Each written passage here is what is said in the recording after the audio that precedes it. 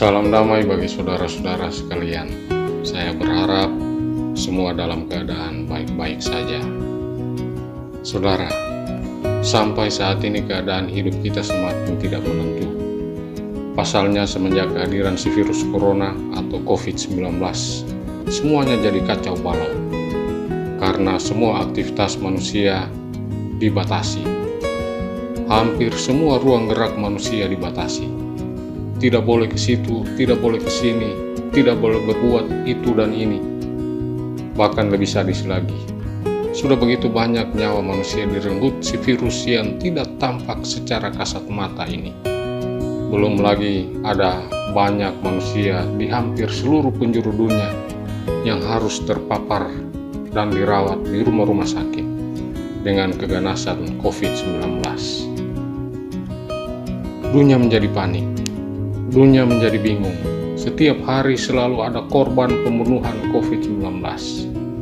Saking panik dan bingungnya semua orang, malah ada yang mengatakan, "Hai Corona, seandainya kau berwujud seperti manusia, pastilah kau sudah kuat babak belur. Pastilah riwayatmu kuat tamat hari ini." Ada lagi yang berkata, "Seandainya wujudmu manusia, pastilah kau sudah diadili dan dijebloskan ke dalam penjara untuk dihukum seumur hidup, atau mungkin kau ditembak mati saja." Semua orang panik, dan semua orang pasti akan meluapkan emosinya dengan wabah mematikan ini. Saudara, menyikapi keadaan ini, mari kita bertanya dalam hati kita, apakah si makhluk mungil kecil corona yang kita sebut sebagai virus itu tahu kalau yang dia lakukan itu adalah membunuh? Apakah dia menyadari akan kehadirannya di tengah-tengah kehidupan kita? Mungkin saja, atau memang dia tidak tahu dan tidak menyadarinya. Yang dia tahu mungkin hanya bagaimana berpindah dari tempat yang satu ke tempat yang lain. Kemudian bagaimana mencari makan atau bagaimana menuruti instingnya sebagai virus. Ya, mungkin begitu. Sekali lagi mungkin begitu.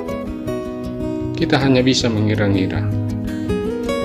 Kalau dia berwujud seperti kita manusia, pasti dia akan menyadari tindakannya yang kejam dan sadis itu. Saudara, mari kita melihat hidup kita sebelumnya, yaitu sebagai makhluk ciptaan Tuhan yang disebut sebagai manusia. Ada begitu banyak manusia yang memperlakukan sesamanya seperti perlakuan si virus corona.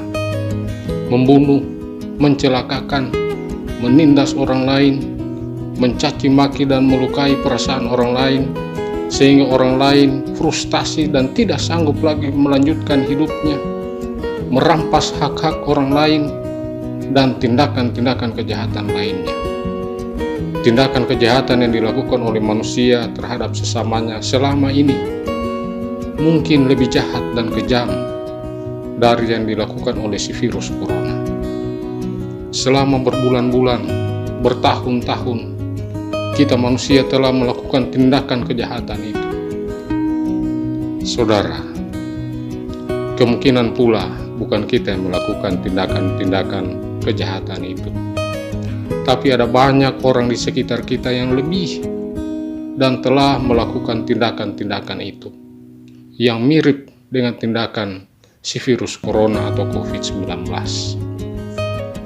Semoga kita manusia dapat merenungkan hal itu. Oleh karena itu, mari kita sikapi kehadiran si COVID-19 ini jangan hanya di sisi negatifnya saja, tetapi mari juga kita sikapi dengan melihat sisi positifnya. Sisi positifnya yang pertama adalah kita dapat merenung kembali tentang kehadiran kita. Apa yang sudah kita lakukan dan apa yang hendak kita lakukan ke depan. Kedua, dengan hadirnya virus corona, kita diajar untuk lebih memperhatikan kebersihan diri kita dan juga memperhatikan kebersihan lingkungan kita. Artinya, kita lebih mengerti akan arti kesehatan. Yang ketiga, secara global kita dapat melihat bahwa negara-negara di dunia mulai menjalin kerjasama. Yang keempat, secara global pula udara menjadi lebih bersih karena adanya pembatasan aktivitas, maka polusi udara lebih berkurang. Kelima, kita diajarkan bagaimana mencintai diri sendiri dan mencintai orang lain yang ada di sekitar kita. Dan masih banyak lagi sisi positif lainnya yang tentunya kita rasakan. Intinya saudara, jangan kita saling mempersalahkan, tetapi mari kita berjuang bersama melawan COVID-19 agar keadaan kita kembali normal sambil terus menerapkan berbagai sisi positif yang telah kita alami bersama. Harapan kita bersama agar semua korban yang sementara dirawat dapat memperoleh kesembuhan.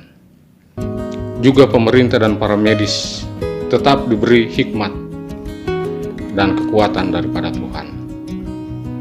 Keluarga-keluarga yang berduka, kiranya mereka tetap diberi kekuatan oleh Tuhan untuk kuat menjalani hidup selanjutnya. Dan mari saudara, kita taat pada anjuran-anjuran dari pemerintah dan para medis agar kita tetap aman dan terhindar dari kejamnya COVID-19.